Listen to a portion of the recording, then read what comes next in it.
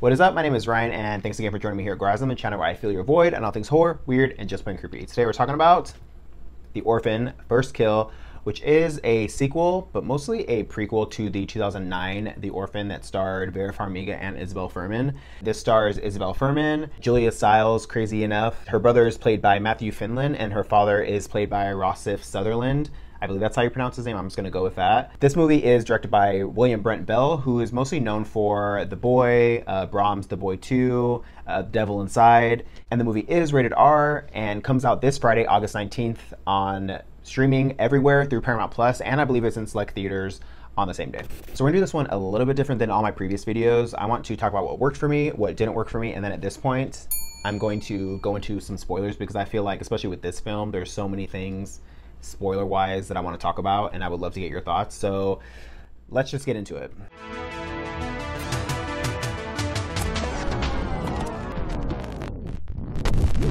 So if you don't know what this movie's about, I'm going to tell you right now. Basically, it is the Esther character is kind of escapes her facility that she's in. She looks online and finds a missing person that looks similar to her, and she impersonates this child from America. Cue Julia Stiles' character and her family comes in to pick their daughter up that was been missing for XYZ amount of time. They take her home, and essentially this is a story of how she's able to live with them and all the events that happen, etc., etc. So I'm a optimist by nature, and the first thing that I thought of when I saw this film was being made and heard about everything was I was excited because, you know, I think that The Orphan is kind of like a cult horror film. It has a following that grew over time, and myself included, I was a big fan of The Orphan, and I just thought the acting and everything was just so superb in the first one. You know, we do know a little bit of the backstory of the Esther character, and it just was, I guess, a plus to learn a little bit more about her. And so all that included, I just was a fan of what they were going to do with this film, and I was basically on board with everything that they showed in the trailer. Another thing that was really cool, I thought the original film was released in 2009, and of course this one is like 10 plus years later. So Isabelle Fuhrman was actually a child at the time when she filmed that movie, who was playing a child that was impersonating an adult, whereas now she is an adult that is impersonating a child who is an actual adult, if that makes sense. Is that even right? I think so. So clearly she is, and I made the mistake of watching The Orphan a few nights ago, and then of course watching this one back to back. So like clearly there's a vast difference as far as how she looks. Obviously she's grown up. Anyone in 10 years is gonna grow up. I mean, we look at like, you know, It or any of these movies or Stranger Things and stuff that are filmed a year or whatever or two apart, and these kids obviously they grow so fast, and it's obvious, you know, you go through all the changes that you go through as a child into an adult, and it's hard to kind of like mask that. But I thought they did a really good job as far as trying to be creative with how they did it. There were a lot of shots that were really, really far away, and you know, I watched some of the behind the scenes stuff where Julia Stiles was having to wear like big platform shoes, and Isabelle Fuhrman had to kind of like do a lot of crouching down shots to make her appear shorter. Then they also did, you know, from some of the shots from behind, they used an actual child because she's clearly a lot smaller than Isabelle Fuhrman is. And at one point when I was watching the film, I actually looked up the actress to see how short she was, because I was like, she can't be that short. But it was very convincing with how they did it. She's only 5'3", I believe. So yeah, I thought it was really creative, and I appreciated the effort they put into us making it appear as though she is still a child. So the story, while far-fetched at times and many times, I will say that it was nice to see the creative team behind this film really push for, I guess, like a gag, basically. And if you don't know, you should know. And if not, I'm gonna say a quick spoiler from the first film that basically Esther we find out at the end of the film, towards the end of the film, that Esther is actually, in fact, not a child. She is a grown adult who has a rare genetic disorder that makes her appear as she is very young and youthful, and so she's impersonating a kid this whole movie.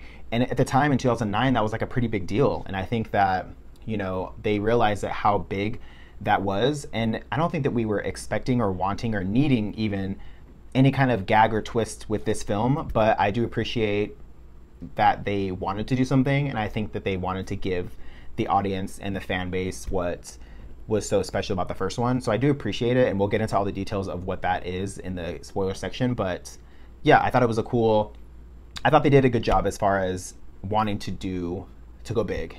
And I always appreciate someone wanting to go big or go home type of mentality, and I think that's kind of what they were doing with this film.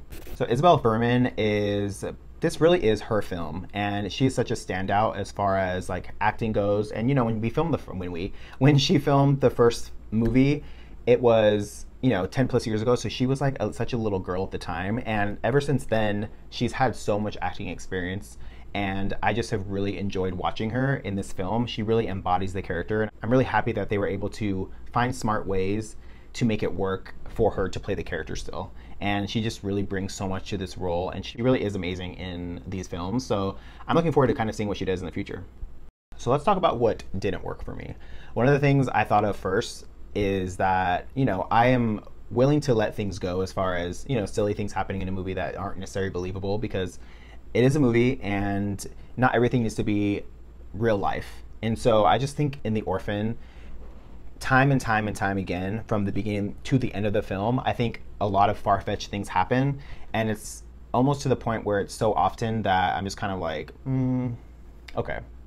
Like, you didn't necessarily need to do that. There maybe was a better way to convey XYZ message. And so I just think it was too many instances of unbelievable things happening that kind of was a little cringe sometimes, because it just wasn't like that in the first one. And I think that naturally people are going to compare these two. So my second one is, we just didn't ask for a sequel.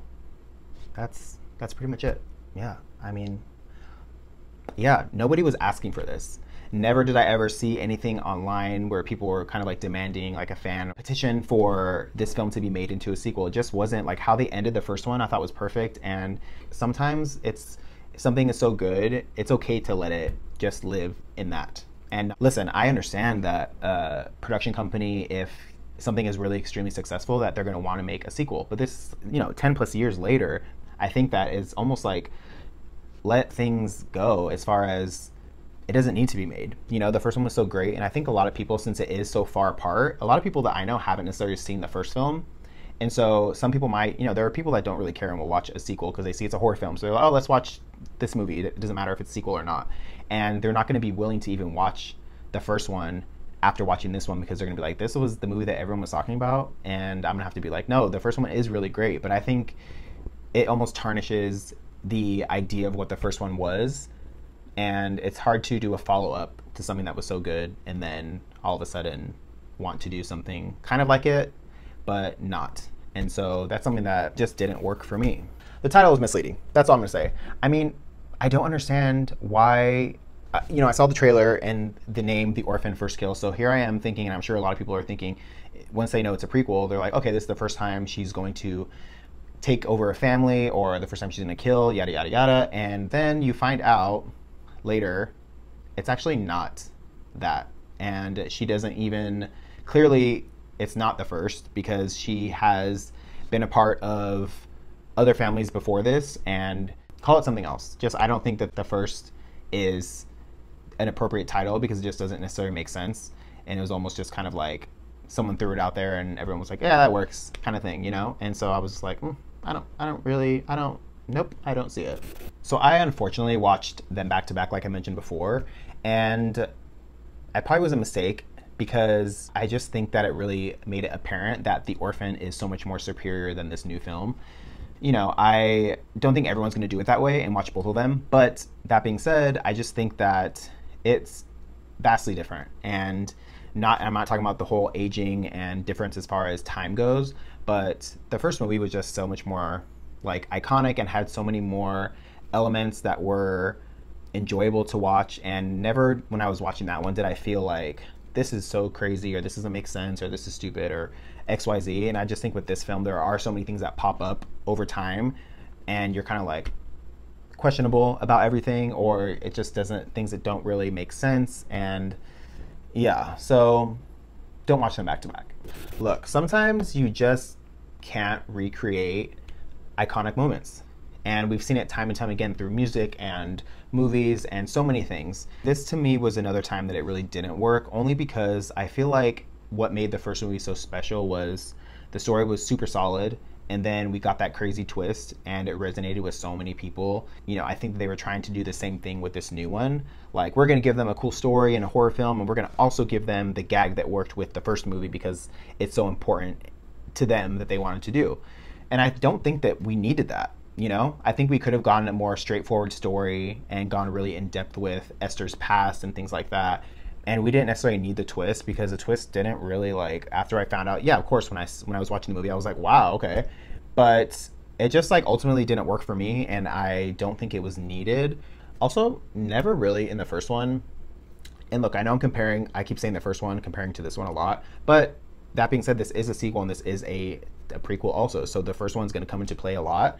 And, you know, never at times did I ever feel watching the original, The Orphan, that there were funny, laughable moments that kind of like were cheesy and things like that. And this one definitely brought all those type of moments. Sometimes there were things that were kind of funny, and we could talk about specific ones in the spoiler section, but I just didn't really think that the tones matched, you know, and they don't always have to be the same, but I think that the original was just so much more, had many more horror elements. It was almost like the actions of these characters were just kind of laughable, and I think that was something that wasn't in the first one at all. So when they're bringing it into the new one, it was just a little bit like jarring to watch, I guess, and something that I didn't necessarily enjoy. So this is probably going to be a controversial opinion, so I'm going to say it first, but I think all the characters minus Isabelle Fuhrman, you know, her brother was good. He played the gunner character. I thought he was good at portraying what he was supposed to and who he was supposed to be. I really think that all the acting besides those two, and mostly just her, was not great. The first film set the bar so high as far as acting goes, and Vera Farmiga is such an emotional and such an amazing actress that brought so much to that film, on top of Isabelle Fuhrman being so amazing too, that when they did this new one, I just think that they didn't need to have all these actors. They could have done completely unknowns, and it just unfortunately didn't give me like the excitement that I was looking for. And it was like I could see them almost like acting, and look, I'm no acting coach, but I know when I'm getting a good performance, and I think a lot of times some things were lacking, and it felt like I was watching them act out a specific part versus just embodying the character. So yeah, I don't know, it was a miss for sure. Okay, so this is the point where we're going to talk about some spoilers. Let's just get into it. So the film starts off where Esther is escaping this mental facility, psychiatric facility that she's kind of like locked in, because she has clearly done something prior to this happening. And we also see in the beginning she kills this woman. And I mean, like I said before, I'm okay with like forgiving certain things happening, like if they're kind of like not realistic. I'm okay with that. But I mean, first of all, this girl is really, really small. She is able to escape this whole mental facility. There are like no police around. There's nothing. It's like kind of crazy how easy it was for her. And this has happened in a lot of films, I will say. So I'm not just saying it's this film only, but throughout this whole part, I was just kind of like, okay, she's able to escape. Okay. And then once she's out, she confronts the woman who was inside the facility. And of course, the woman gets out of the car after she sees her to go tell the warden or whatever that she found Esther outside. And immediately I thought, clearly Esther's going to get in her car. So the next scene is the woman arriving home. Of course, the trunk opens and she looks and nothing's there. But I was immediately like, obviously Esther was in the trunk. Like, it's all these things that have happened. And from the start of the film, I was kind of like guessing them. And so many times it was so predictable. And of course, Esther kills her. Esther proceeds to go inside her house and get on her computer. And that's when she finds the missing persons of whatever city it was. And she finds the girl that looks like her. She somehow makes it back to America. It seemed very easy. That was fine. It wasn't a big deal. But I just don't like when they expect us to accept all these wild things that are happening that don't really make any sense. And so from the movie, I just felt like that was kind of the vibe that I was getting over and over and over again. So the twist. Basically, we find out that Esther is she realized that this detective is kind of like on her tail and finding out certain things. He steals like a record from her bedroom to dust off fingerprints, and then he realizes as he puts them together from the missing child to hers that they're not the same. And that's when he realizes very quickly that Esther is an imposter and yada, yada, yada. So Esther goes there to basically kill him. And before he is dead, we see that he gets shot and the camera like pans around and it's Julia Stiles' character who kills him. And at first I was like, what is happening? Like, why would she kill him? Maybe she thought he was trying to hurt her or whatever. But then the whole plot twist is that Julia Stiles actually was killing him because she also knew that he was on to her story and to finding out that she was an imposter and was not the actual missing child, because, drumroll, Julia Stiles' daughter is not actually missing. She's in fact dead. And she died because her son Gunnar was roughhousing with her, I guess, and she said something like, he always plays too rough. He ended up killing her. They don't show this scene at all, but we realize that Julia Stiles knew this whole time that her daughter wasn't in fact missing. Her daughter was dead, and the husband is the only person that doesn't know. So the reason why Julia Stiles did this whole charade of trying to go get Esther and all these things was because she's trying to play the part of, you know, the mom that found her daughter, and she needed her husband to believe that their daughter was still alive. So the movie like shifts very, very quickly, and all of a sudden there's all these moments of Julia Stiles and Isabelle Furman, like their characters, they're kind of like fighting and things like that, but then the husband comes around and all of a sudden they're just like, hi mommy, and whatever. So I did think that the twist was, it was funny, and I was kind of like, oh wow, but it was no twist like the original. I went along with it, of course, and I was like, okay, let's see where this goes. And a lot of situations happen, like for instance, where Julia Stiles basically, she kind of tells Esther like, look, you're going to deal with this and you're going to play the part until I can figure something else out, but my husband does not need to know, and this is between us. So the brother hates her, Julia Stiles hates her, and they're kind of like secretly finding ways to kill her, and so Julia Stiles poisons her food basically. And there's like this whole like rat situation where this rat is constantly coming to the vent in her bedroom, and for some reason I thought like, oh, she's gonna go in that vent at some point because they keep showing this vent over and over. So she ends up feeding the rat the food because she doesn't want to eat it, and she wakes up in the morning and the rat is dead. So it's like a very clear indication that Julia Stiles was trying to poison her. So in turn, Esther goes on this whole charade of cooking this like big breakfast and everything for her dad, and she's playing the part, and she's like, I made you a smoothie, mommy, and all this stuff. And Julia Stiles is like, no, it's okay, I'll make my own. And she dumps the smoothie out in the sink, and this huge rat, the same rat was like in the smoothie. So they're kind of like going back and forth, but it's a little comical in a way. Like it feels like more funny than anything. Like it's not really scary at all, and it's like more just like kind of comical, the little things that happen. Like she tries to push her and her brother in front of a train, then Julia Stiles like pulls, you know, Esther's hair as the husband is like, his back is turned. So just like all these like little kind of like funny comical things happen. And ultimately I just think that I liked the twist. Like I was on board with it, and I was like, okay, this is something interesting. It just like didn't necessarily work. It didn't bring a lot to the film. Of course, at the end, it's like, we all know what's going to happen. This family isn't going to survive because clearly in the next film, she moves on to the family that's in that film. So I feel like everything else in the film should kind of not be predictable. Esther, ultimately, she kills the Gunnar character, which was frustrating just to watch because I was like, really? Okay. On top of that, you know, Esther and her mom are running on the top of the roof because the house is set on fire, and they're at the end, they're like hanging from the roof because they're gonna fall, and the dad, of course, has to, quote unquote, has to pick one to save. When I'm like, why couldn't you just grab both of them? Like, it was kind of crazy. Of course, he doesn't grab his wife's hand, and she falls to her death. So there goes Julia Stiles. And then saves Esther. Esther comes up, and he's like talking to her, and he's like, oh my gosh, you survived and all this stuff. Like, I don't know what was happening. And to this point, he still doesn't know this whole time, all these things that are happening behind his back. He has no idea. And then he's like consoling her, and he's like touching her face. Like, I don't know. It's like weird. He's kind of like being odd about it. Touching her face, and he touches it. He like squeezes her cheek so hard that her fake teeth like pop out. And that was like, I guess, indication enough for him that she wasn't who she said she was. To me, I was just thinking like, I don't know if that would tell somebody that you're not who you say you are if you had like fake teeth. I don't know. That was just kind of funny to me. And he did that. And then all of a sudden he realizes that it's not Esther. And then he falls off the roof. He walks backwards and falls off the roof, and he dies. Esther, of course, leaves, and there's no problem and everything like that.